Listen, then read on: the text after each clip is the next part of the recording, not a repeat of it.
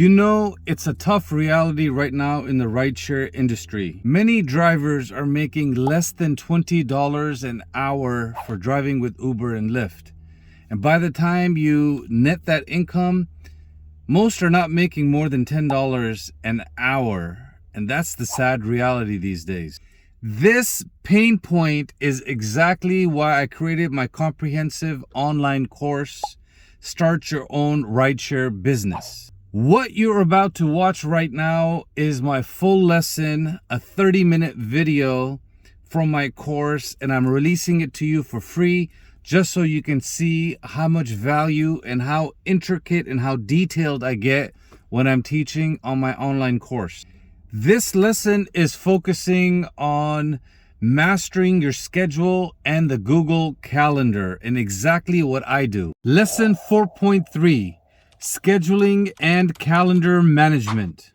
Effective scheduling and meticulous calendar management are the backbone of a reliable rideshare business. This lesson will guide you through setting up a system that keeps you organized, prevents double bookings, and ensures a smooth experience for you and your clients. Number 1. Using Google Calendar for scheduling. Set up a dedicated calendar. I recommend creating a specific calendar, Google Calendar, solely just for your rideshare driving business. Name it something clear and professional like your business name or your name and private rides. Make it nice and simple. You want to make sure you also choose a unique color like gray or something bright so this specific calendar stands out from your other appointments. You know, you might have doctor's appointments or you got to take the trash out or something that's set up as a reminder, right? You want this calendar to be a different color than all your other calendars. My personal Google Calendar says your personal driver. Number 2. Default notifications. Getting automated reminders.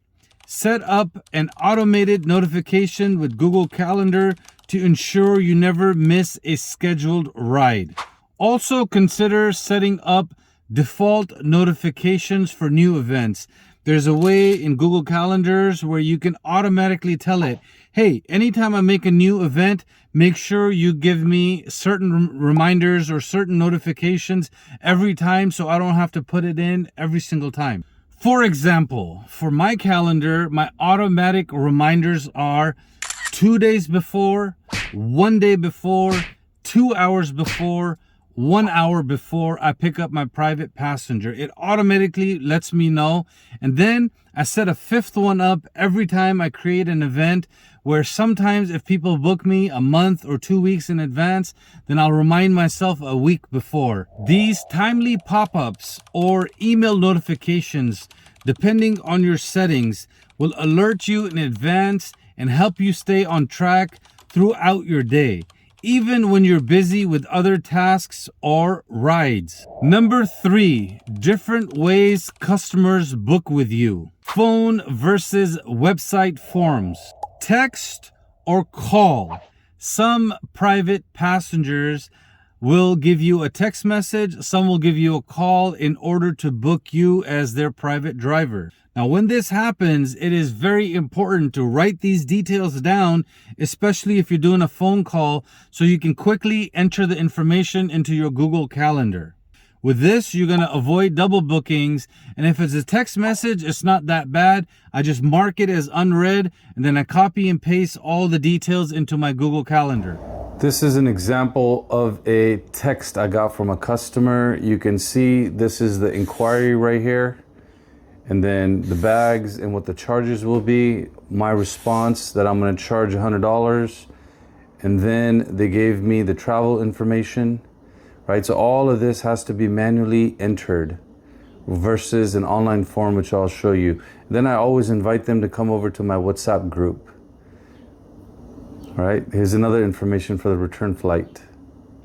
Another way is online forms. That's basically what I've been teaching you in this course. If you set up a website, you set up an online form, the customer will go in there, answer all the necessary questions you have. they click submit, you're going to get a nice email that you can use. Sometimes people will actually also email me all on their own, which is fine, but I prefer the online form because it makes my life so much easier. This is an example of a new tally form submission from your personal driver form. Shows up like this. The customer's name is here, email address is here, phone number is here, pickup date is here, and all the information is underneath. Flight number is right here, right? The airport that I'm going to, the number of passengers, how many bags, is it domestic or international, and their response. And then there's more information here. All I'm gonna do is right click and copy this. On my Google Calendar, I'm gonna create a new event and basically go down and find this section right here where it says add description. I'm gonna go ahead and paste it right here. There you go, I pasted it and then I got rid of all the personal information so you can see their full name, email, phone number, pickup date, pickup time, the address, the flight, all of this information is here. I just copy and paste it versus manually entering it from a text message or a phone call when you have to write it down. The best thing about the online form is when they send it to you, you just copy that email, you paste it right into your Google event or Google event details, and it's so easy to set up your Google Calendar. That's the way I prefer, because when they text you or they call you, it's a little bit extra work. So I prefer people use my online form, and I try to encourage it as often as I can. Hello, quick interruption. If you've been finding value in this lesson and you're interested in taking the full course to become a private driver, you can find it through the first link down in the description. Number 4, calendar event titles and descriptions. Keeping details organized. It's highly beneficial to include essential information directly in the title of your calendar event. This basically allows you to see the most critical details right away on your Google Calendar without you actually having to go and open the calendar or the event. The total agreed upon fare, for example, $100. The passenger's name, for example, Uncle Uber. The pickup city/location, for example, Ontario, and the destination, for example, could be LAX Airport. Any relevant flight number or special event details, for example, Frontier F91357 concert drop-off. So your title might look something like this. Let me show you exactly how I do it on my calendar. $100 Uncle Uber, parenthesis, Ontario to LAX, parenthesis, Frontier F91357. Now, in the event description, you want to make sure you have the full pickup address and you have the full drop-off address in there. I also add the client's phone number here for easy access. Client's also on my phone book as a contact, but I also put it into my Google Calendar just in case I share this calendar with another driver or I share it with somebody else. I have all the information there that I can pass it on to the other driver. Now, there are also times where you're going to pick up a guest for your client. It sounds kind of weird, but let's say client A hired me and they book me all the time, but they also go with me in the car. There's been situations where that particular client doesn't want to pick up their guest at the airport, maybe a nephew or maybe somebody that's visiting them for a few days. So they hire me to go pick up their guest, and that basically means that guest is not going to hire me. They live in another country, they live in another state, so the client is going to pay me. But in this situation, I also need their guest phone number, but I don't want it in my phone because they're not going to hire me again. So in that situation, I'll put it in my calendar event details. You can enhance this further by creating 2 separate calendar entries for a single trip. One entry for the pickup location, one entry for the drop-off location. This basically allows you to click on one Google event entry and just click on the navigation map and end up on Google Maps, Apple Maps, Waze, whatever you use, without having to go into the event details, then copying the pickup address, then pasting it into Google Maps. It takes too much time if you have everything kind of crowded into one particular event. So I break it up into two events. One for the pickup address, one for the drop-off address. And then I just click on the event, click on the map, and I'm on Google Maps. I'm ready to pick them up. It makes it a little bit easier and less copying and pasting for me. Number 5, regarding scheduling strategy. This section outlines my personal approach to scheduling my day, balancing private rides and rideshare ride. I aim to book one private ride in the morning, one in the afternoon, one in the evening, and basically leave a 3 to 4 hour gap in between. And my personal limit is 2 to 3 private rides per day. That's enough income coming in for me as a private driver. Integrating rideshare rides between private rides, or before private rides, or after private rides. I personally intentionally leave 3 to 4 hour gap. One reason is this. Today, I had to pick up my private passenger from Palm Springs at 12 o'clock in the afternoon. I left my home at 7 o'clock in the morning, 5 hours before, so I can take Uber rides and make money from where I live, and 90 miles away is Palm Springs, so I can make some money while I'm headed in that direction. I found it to be 4 to 5 hours is a good chunk of time, so now you can make money as you're going to pick up your private passenger. Now, the reason why I leave a 3 or 4 hour gap after is, in this particular situation, I was supposed to pick up the passenger at 12 o'clock. Their flight got delayed to 12:30. They didn't get out till 1 o'clock. By the time I picked them up and got them home, it was around 2:30.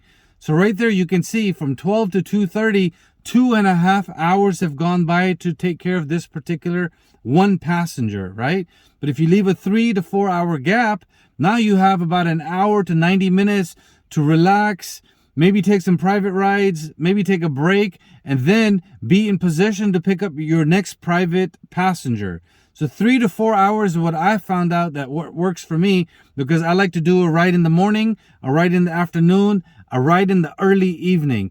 Once in a while you have to do late night evening, and that's okay, but I prefer to drive during the day. Now, I always get Uber to pay me when I'm going to pick up my private rides, because that covers my gas, and that's just my personal way of using and abusing Uber a little bit, right? Even on the way back, after I drop off a passenger, let's say I end up at LAX airport, I will go right to the airport. I'll wait patiently until I get a good ride, long ride that's going towards my way home, and I'll take that, so I'm making money coming back home from Uber. This strategy is to basically maximize your time and make some money while you're going out to pick out your private clients.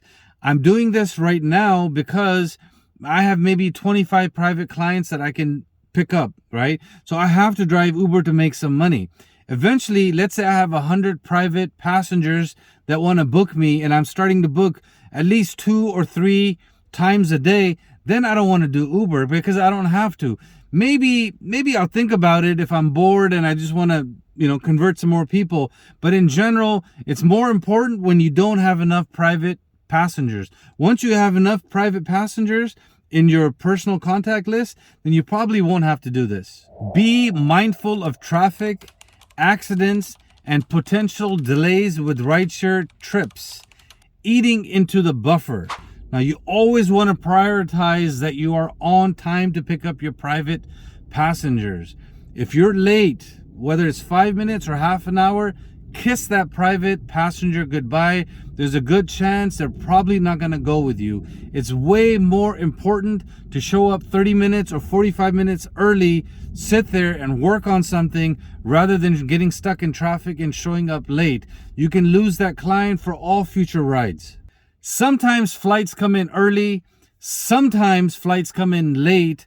This is why I have a 45-minute gap or buffer that I show up ahead of time. Let me give you one example. When you pick up a passenger from the airport and they have no checked baggage, right?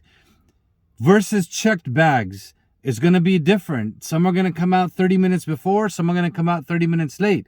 Some are going to be TSA approved or global entry approved, which basically means if they come from an international flight, they're going to be able to come in, go through, get their picture taken automatically, and come out faster than the people that don't have global entry.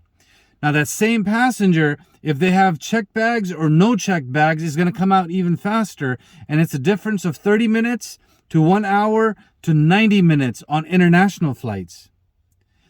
I've had situations where a flight came in 45 minutes early. Thank God I showed up early because I was able to be there on time to pick up the passenger. Check the flight status on Google consistently. I check it in the morning. Before I leave my house, I check it while I'm at the airport, while I'm waiting for the client to come out, because it consistently changes. Yesterday, I picked up I had 2 private rides yesterday. I picked up another passenger, or I called them and I asked them, hey, are you on the flight? They said, yeah, we're about to leave. Everything is on time. Everything is good. Great. I got to the airport. They were coming from Vegas to Ontario, which is a short 30, maybe 45-minute ride. So I was already there before their flight even left. But I was sitting there, I was working, and all of a sudden I looked, the flight was 30 minutes delayed. So when they came in the car, I asked them, like, what happened? They're like, man, there were like 10 other airplanes ahead of us. Each airplane was taking 2 minutes to take off. By the time it was our turn, we ended up being 30 minutes late, but otherwise everything was on time.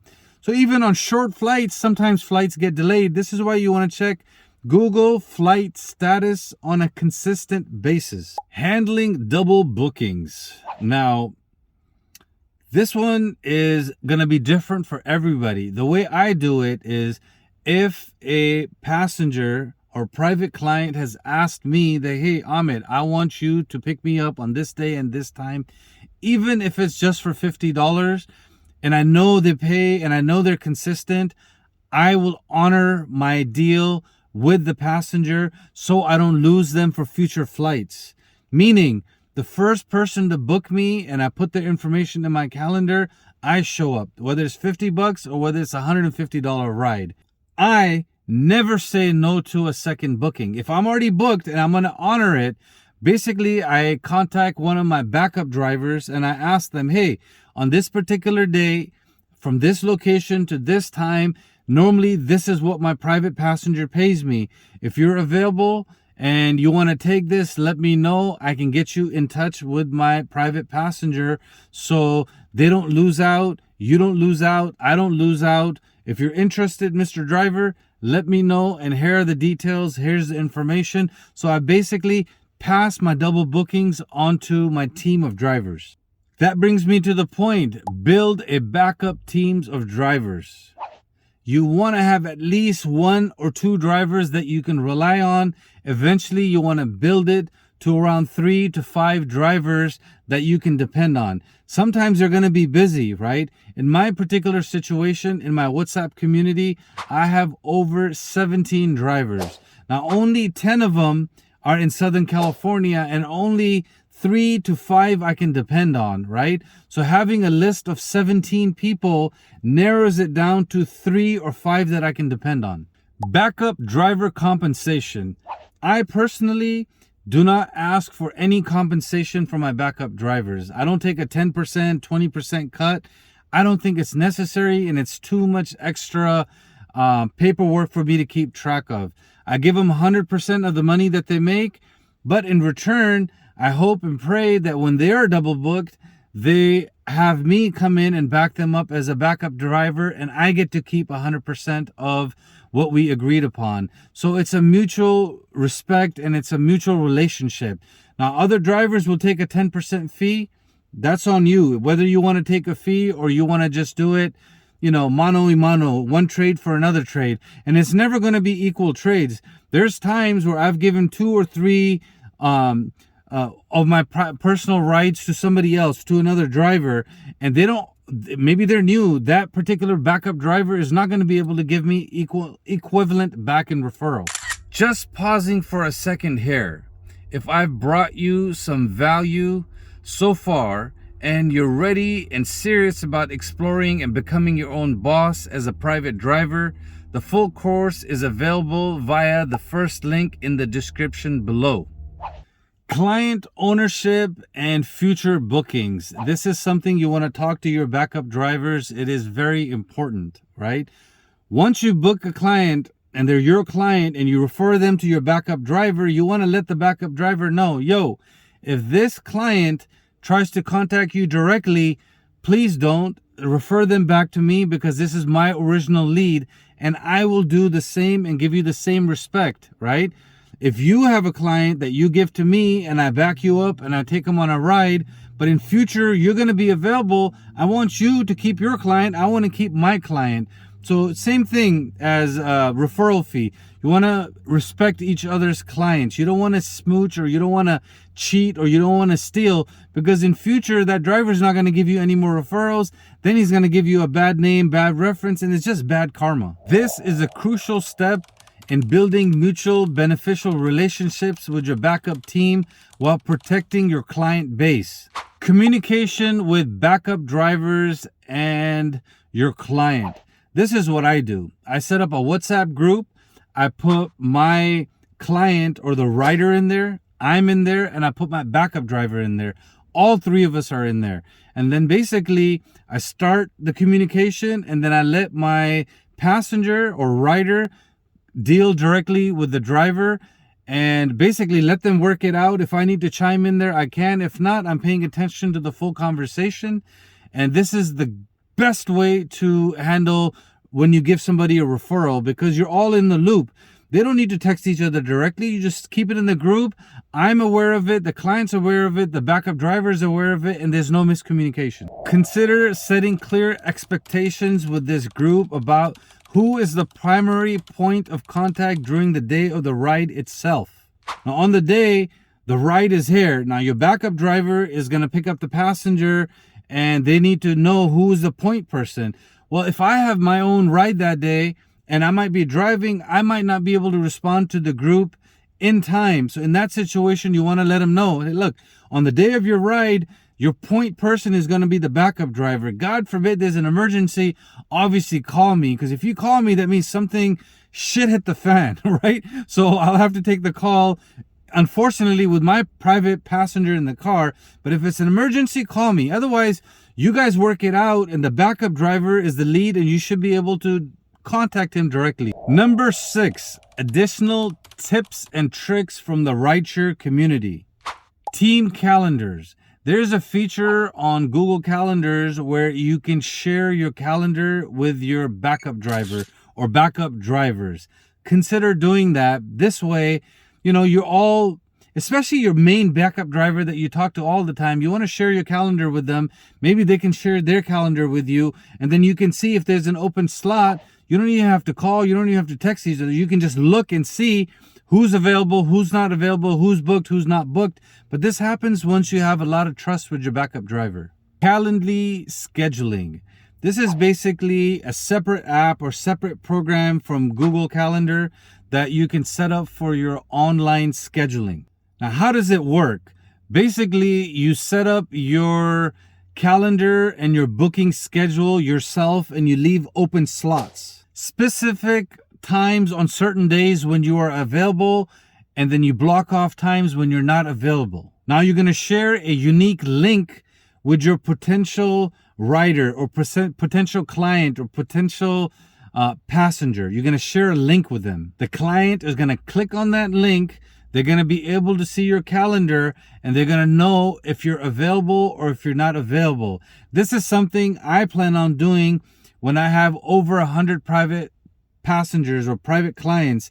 In that situation, it's going to be a little bit easier to deal with 100 people. You just send them a look. If I'm available, great. If I'm not available, then they can let me know if they want to go with my backup driver. Client selects a time slot that works for them, and the appointment is automatically added to your linked calendar, like Google Calendar, while also blocking off that time slot in Calendly to prevent others from booking it. The biggest benefit is it stops the going back and forth with a client. Are you available? Are you not available? And it kind of streamlines it for you. It definitely helps preventing double bookings. It can also send automatic confirmations to you and the client that you guys are confirmed on this particular day and this particular time. Client experience. If a passenger checks your Calendly link and sees you are booked on a certain day, they might proactively choose a different available time or day, streamlining the process. Booking confirmation. This is the best part, right? You've been talking to your client, they've been calling you, they've been texting you, maybe they filled out the online form. Now you're done. You've negotiated, you talked, you agreed upon something. The final thing I do is if they called me, I will call them back and confirm on the phone, but I will also give it to them in writing with a text message, and it will say something like, "Sir, ma'am, you are 100% booked on this day at this time. This is the pickup location, this is the drop-off location, and this is the amount that we agreed upon. Please confirm." When they come back to you, they confirm or they like it. Now you are 100% booked.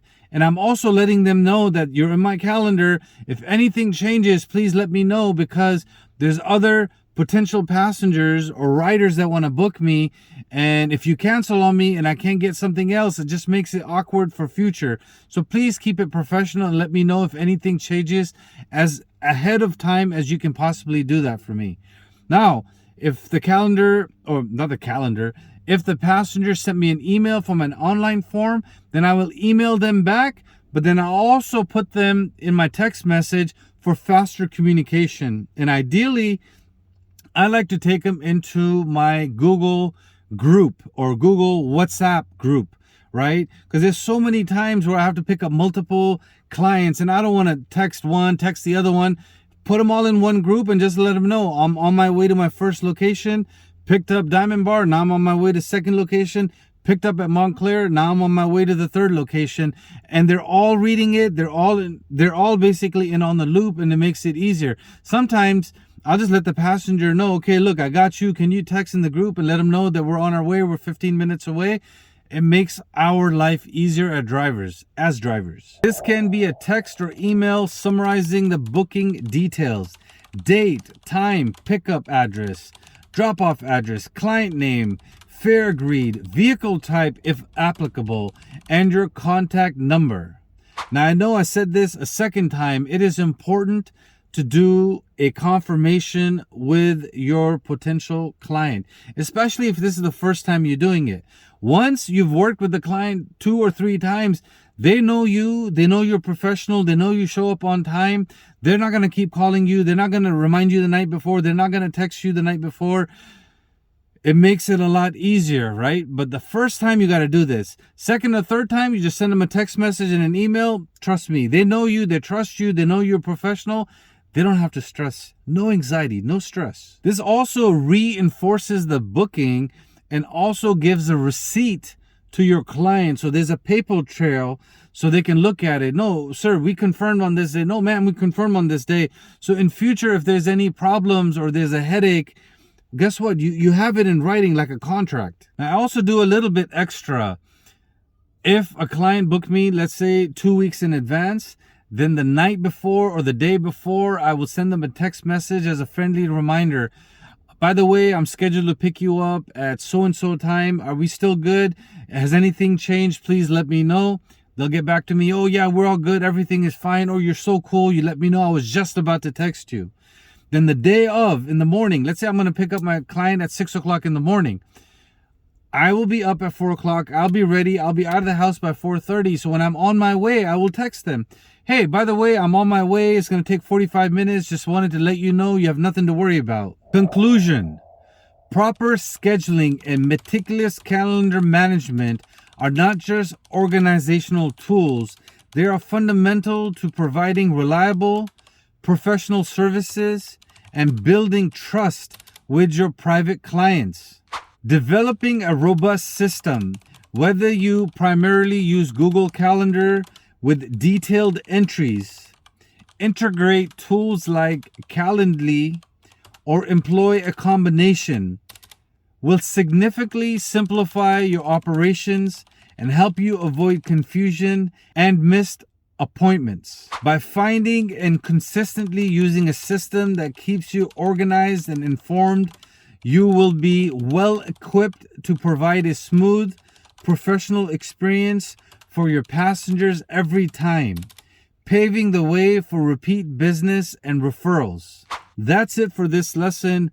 Thank you. And like I always say, please let me know in the comments of this video on YouTube, or even in the comments where you're watching this course, if you have any questions about this.